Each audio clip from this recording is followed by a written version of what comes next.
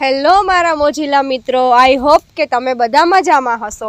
સ્વાગત છે આજના એક નવા વ્લોગમાં। આજનો આપણો વ્લોગ છે મેલડી માના મંદિરનો અને જે આવ્યો છે ગીર સોમનાથ જિલ્લાના તાલાળા તાલુકાના વીરપુર ગામે। તો ફ્રેન્ડ્સ, તમે મારી સાથે વ્લોગમાં બન્યા રહેજો। હું તમને મેલડી માના મંદિરના દર્શન પણ કરાવું અને એનું જે મહત્વ છે એ પણ હું તમને કહીશ। તો મારી સાથે વ્લોગમાં બન્યા રહેજો।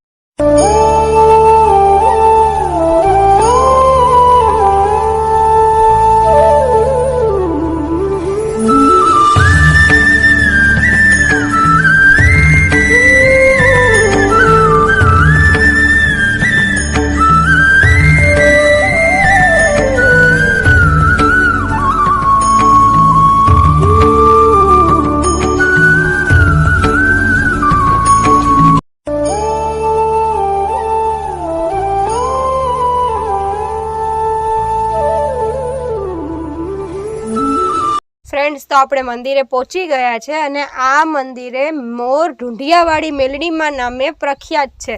તો ફ્રેન્ડ્સ, ચલો મારી સાથે વ્લોગમાં બન્યા રહેજો। આપણે એ પણ જાણશું કે અહીંયા એ નામ કેમ પડ્યું, કેવી રીતે પડ્યું, અહીંયા કેટલા વર્ષ જૂનું આ મંદિર છે, શું છે, એ બધી માહિતી હું તમને વ્લોગમાં આપીશ। તો મારી સાથે વ્લોગમાં બન્યા રહેજો।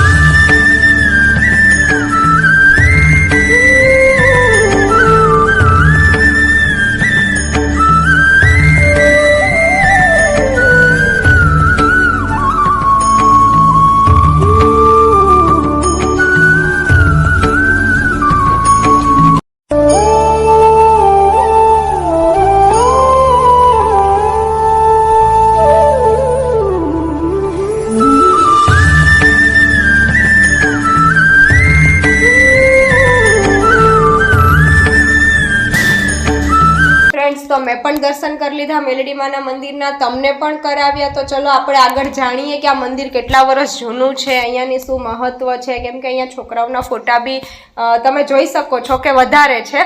તો આપણે ચલો, આપણા પૂજારી બાપા છે અહીંયાના, તો એમની પાસેથી આપણે માહિતી લઈએ। કેમ છો?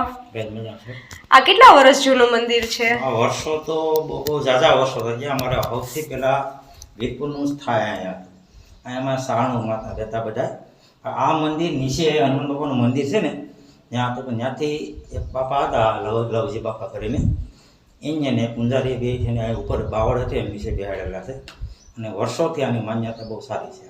એટલે આ જે મેલડીમાં છે એમનું મંદિર, આ નામ છે એ કેવી રીતના પડ્યું? એટલે આ ધાર છે ને અમારે આ ધાર, એનું નામ મોર ઢૂંઢિયાનું નામ છે પહેલા। આ માથે માતાજી બેઠા એનું નામ મોર ઢૂંઢિયાવાળી મેલડીમાં બને।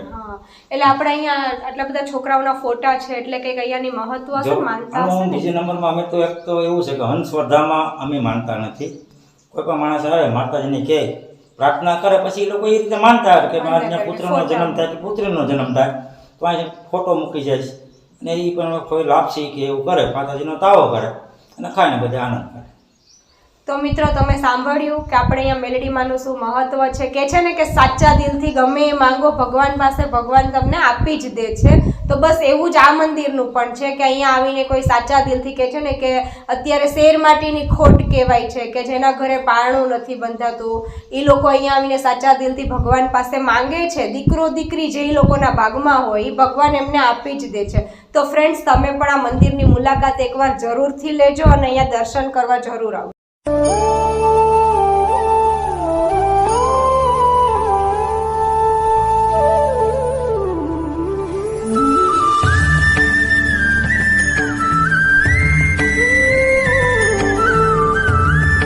તમે જોયું ને કે અહીંયા આજુબાજુનું એન્વાયરમેન્ટ, આજુબાજુના વ્યૂ બહુ મસ્ત છે અને હું તો એમ કહું છું કે અહીંયા ફેમિલી સાથે નાની એવી પિકનિક કરવી હોય તો પણ થાય એમ છે।